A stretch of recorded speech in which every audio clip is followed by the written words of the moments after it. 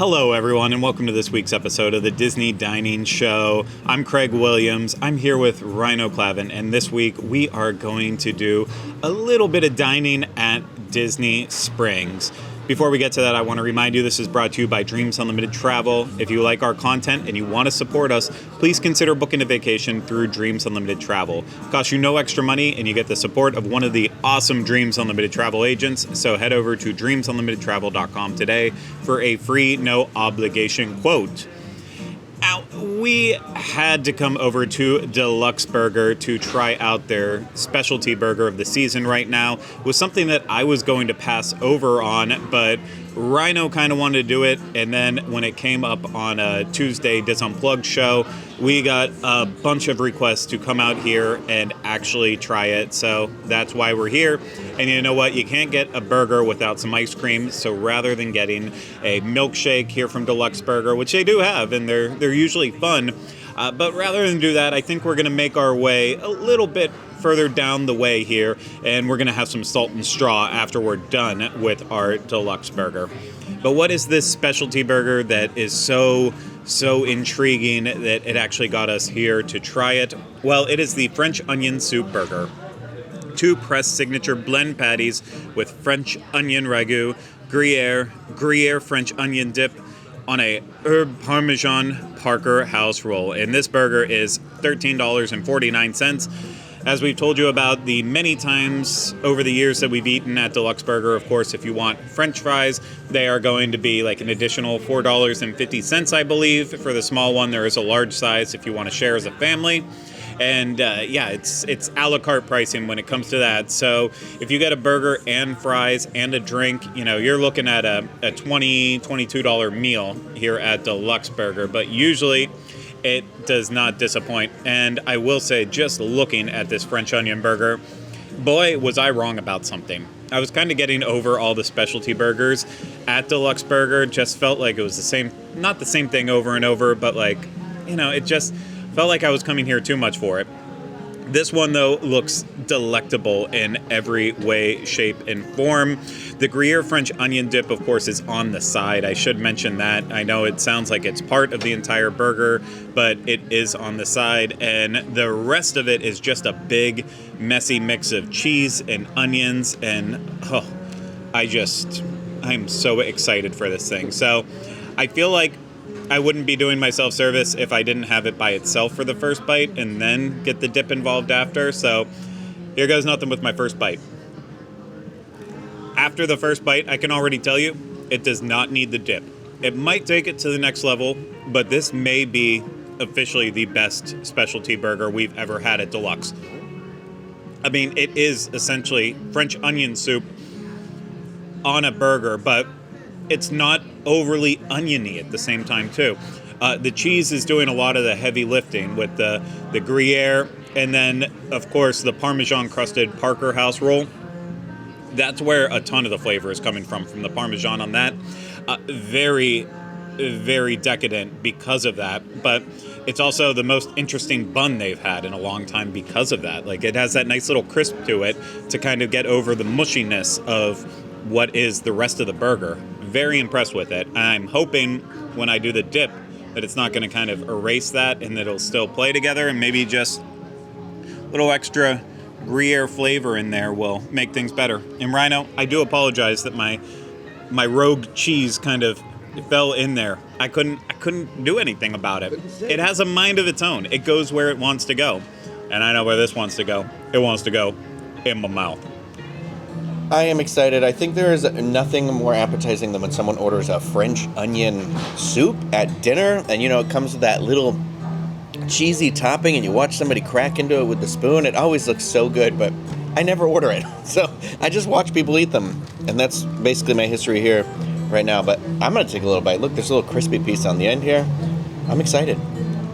I see what you're saying about the bun. It gives it like a completely different texture than the normal burgers that are here, which is pretty nice, and I feel like very complimentary of this burger. It definitely has a little bit of that saltiness to it that you would get, I think, in a French onion soup, at least that I feel like I experience when I have a French onion soup. And it's like I agree. The onions are in here too. Like you can taste them, but it's not just like, oh, onion burger. And so it's kind of really interesting. Yeah, it's working for me. I don't know if I think this is my favorite of the season. I don't know that this beats the Thanksgiving one for me just yet. But I am going to try it with the dip here now. I'm going to go to the other end. We're going to go to the back door on the dip here. Ooh, there's so much cheese in this water. I don't like a soft bread unless it's a pudding. The dip is good. It's tasty. But I don't know that for me it's like exploding with flavor. I think it adds a little bit like kind of this oily texture. I don't hate it though. I kind of like it. There's so much of it. I'm gonna dip again. Whatever. Show funeral. For me personally, I don't know how you feel about the dip yet. I'm sure you'll tell us in a second. I think the dip with the burger is like perfect. I think it adds this nice flavor into the beef here that I do already feel like their patties are pretty decent here at D-Luxe Burger, but I think the soup for me kind of like mellows out that saltiness and gives it this like, I don't know, it brings it like full circle back into that French onion for me. What did you think of the dip? I don't need the dip. The dip added nothing for me. It did make the bun a little more soggy than it already was, but that's really all that it did. And the one flavor that I really love that's coming through, there was like a whole rosemary in here. And I'm not sure if that was part of the French onion soup mixture, but that actually is coming through. A little bit of rosemary, maybe a little bit of like a thyme flavor as well too. So it's not just like, oh, cheese and onions, and that's the flavor you're getting with it, and salt. Like you are getting a nice freshness from the herbs that are actually in this as well. This is complex. And Ryno, this is another one of those times. I wish we would not have split this. I know. I wish we would have each gotten our own. But you know what? If we would have gotten our own, we wouldn't have had enough room for ice cream, because there is a limit that you fill up and you can't have any ice cream. But I do know we want to finish up our burgers here, and then we'll see what we have at Salt and Straw. Maybe Ryno will have more to say from this burger. We just don't know yet. You'll have to stick with us. If the cheese on the burger wasn't enough, we're here at Salt and Straw for some ice cream. But the twist is, we're celebrating a dairy-free decadence. So that's the autumnal is not the word I meant, seasonal flavor. And I'm going to tell you right now, I think that I am going to get... I'm obviously going to be the annoying guy that tries every single one of these, though. So, because you can here, and they encourage it. And I think I'm going to do a split scoop, because I always do. So there's going to be 2 flavors in my cup. Okay, so what are the flavors? Because remember, people who are listening Can't read. can't read. Remember, people can't read. Bananas Foster, chocolate sorbet, toasted oat milk and cookies, peanut butter brittle caramel fudge, and red velvet cake with cream cheese frosting. But they still have their classic flavors. Yes, they of course always have the classic flavors like sea salt with caramel ribbons. I'm not going to read all You don't those. have- no. There's too many. The salty donut guava and cheese is a pretty good, solid classic one, as well as cinnamon snickerdoodle. I feel like those always are fun to get if you're looking for a recommendation. But my clothes aren't tight enough, and I'd like to make them tighter. So could we go inside? Yeah. Difficult decisions had to be made, and I really did want to stick with what's happening this month with their specialty flavors. I know that makes this not really relevant in the long term unless these flavors come back, but I really wanted to just like have what's the now flavor, because I've had the other flavors before and we've recommended them, but let's talk about what is now. And yeah, as Ryno said, dairy-free decadence. Unfortunately, the Banana Fosters was not available. I do realize I just said banana really weirdly and I tried to repeat it, could not do it. And yeah, so that was kind of a bummer because I thought that was going to jump to the top of my list.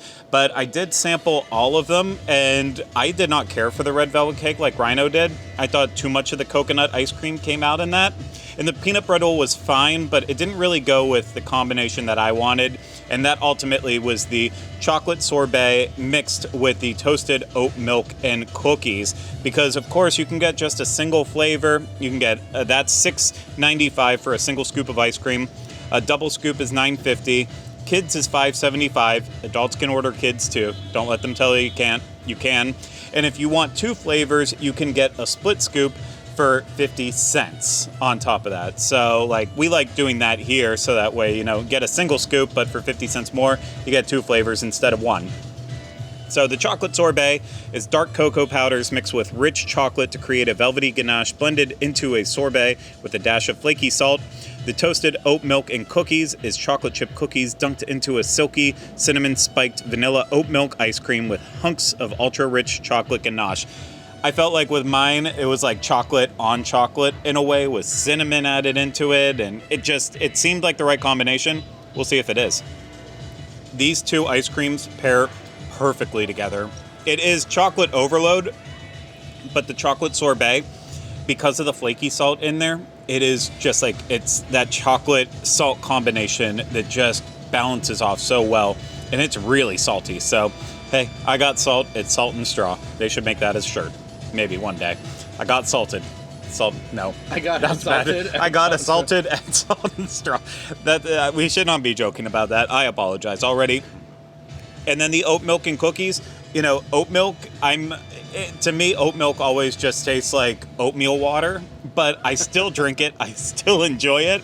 This with the little bit of chocolatiness in there and the cinnamon actually does kind of mask that oat milk taste to it to an extent, but if you're a little bit more sensitive, you'll probably taste it.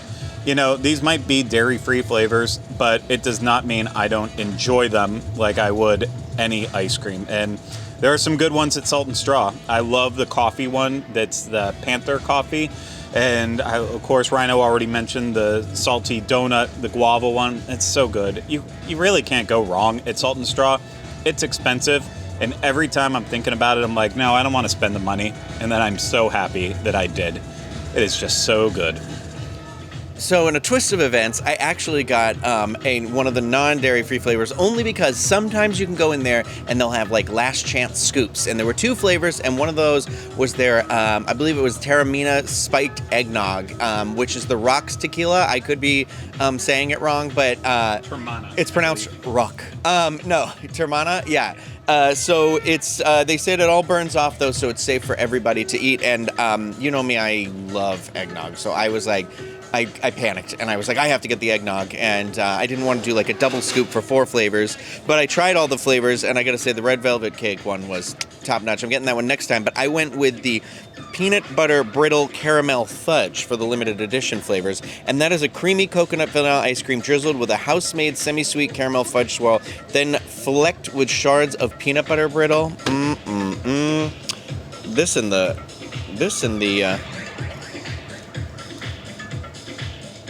oh my God, that peanut butter. I was nervous because from the sound of it, I thought it was, because it said caramel fudge. In my brain, I thought this was going to be a chocolate-based ice cream. And it's not, which I am so thrilled about. But there's just like, oh my God, there's so much chunks of peanut butter in here. Just like my body. Ooh. That brittle just adds this like beautiful, sweet, like salty, not sweet, adds a salty texture to the sweetness and a little bit of the crunch, and it just like pops it over. This eggnog, though, it's like the most purest, best eggnog I've ever tasted in my life. It really has that pop of that eggnog flavor. Like, I bought an eggnog deodorant, and I feel like this is the equivalent of that deodorant, if that makes any sense. Like, it's the thing I love the most about eggnog. It's just, like, so pure and wrapped up in here. I feel like I'm happy with my choices. I feel like Salt and Straw is one of those places where I just haven't found it yet, and I don't want to jinx it, but I'm just, like, never disappointed and never angry about the decision to go there. I know Craig said it, where it's like, it's on the pricier side for ice cream, but it's like, it's so good. It's so, so good. And I just love that there's always like a set of solid flavors, but then they rotate through these seasonal flavors. So I'm actually, I love the vegan, when they bring the vegan ones. If you ever see a vegan carrot cake on this menu, do not hesitate to get it. That one was off the chain. It's not here right now, but maybe they'll bring it back. But Craig enjoyed his so much, I might have to do that combo next time I'm here. So I'm pretty happy about my choices overall. So including deluxe? Yeah. Including deluxe. I also think like we had a great, I think that burger was really good. I think that burger is if you're here, I would recommend being like, go over there, try it. Like I still think that the Thanksgiving turkey burger remains my number one, I think, just a little bit. But this one's like right there for sure. Like I enjoyed it. And I am going to say it because sometimes I don't do it, but I always feel disappointed that I don't do it. Just get some fries while you're there. They have all those sauces and they're all so good. Specifically like the garlic ranch or the truffle aioli. Just so good. I really do enjoy D-Luxe Burger, which is also a little pricey, so it's like a not all the time thing. But that burger today, I think that burger was like a quality, worth it burger. Since Ryno mentioned the French fries, I'll just be completely honest. We also did get French fries at D-Luxe Burger, but the fries haven't changed over the years, and so we feel like we don't need to review them every single time we got them, but they were delicious today, and they were poppin' with the sauces that we were choosing. So let's recap on the pricing before we get to my final thoughts with everything. Our order at D-Luxe Burger for the burger, and we split a regular French fry, which was $4.99. I think I said it was like $4.50. It was $4.99. So our total price there was $19.68. And then with salt and straw for our 2 single scoops that also were split scoops, that cost us $19.04 because we left a little tip on there too. But it could have been cheaper if you don't tip them. But you know what? If you're one of the people that asks for a bunch of different flavors to sample, leave them a tip. You know, it's only the nice thing to do. But I am so pleased with this little meal that we had today. The burger, I will stand by it. That's my favorite specialty burger I've had there. If not in all of the times I've had specialty burgers, it's been a long time since I've had one that's blown me away like that. And I will say, I usually rave about all of them. So I don't know if you can really take me seriously with this, but I absolutely loved it. I loved my combination of flavors. It's salt and straw. It just... Oh, I did not want that to end. I regret not just doing a double scoop and getting it, like, with the 2 different flavors. I could have eaten that much. I might even go get pints. The pints are like $12, so that might be where I draw the limit on spending money on it, but I can always be swayed. But you can't go wrong with the combination of D-Luxe Burger and then salt and straw. It's one of my favorite things to have here at Disney Springs, and there's so many choices, but you truly cannot go wrong with it. And then get yourself a Gideon's cookie to go. And you have that for the hotel room or your house, wherever you're going after a long day. Nothing like Gideon's cookie to end the night on. Or start the day with. As Ryno pointed out. There's nothing wrong with a morning cookie or a night cookie or an afternoon cookie. Get all the cookies. Cookie in the morning, cookie in the evening, cookie at supper time. When cookies in your tummy, you could have cookies anytime. Okay, that's weird because the microphone's probably only picking me up singing that. I will not edit that out. I'll leave that in. But that's going to do it for this week's Disney Dining Review as part of the Disney Dining Show. I hope you enjoyed it, and we do plan at having a lot more different dining reviews in 2023 at different places, not just D-Luxe Burger over and over again every time they have a new specialty burger. We have a list of restaurants that we already know we want to hit, that we know are popular. We're going to get to those, and just be patient with us. But if you want to support us to continue going and having these meals, of course, support Dreams Unlimited Travel by booking a vacation through them. Get a free no obligation quote today at dreamsunlimitedtravel.com. If you're watching this on YouTube, hit the thumbs up, subscribe to the channel, leave comments, questions, video suggestions, places you want us to see, to go to review. Leave that all in the comments section. And then if you're listening to this, make sure you subscribe wherever you listen and leave us ratings and reviews. Hit us up on social media. Let us know where you want to see us eating at. But that's it for this Disney Dining Show. We'll see you again real soon with another one. Take care. Bye-bye. Stay hungry.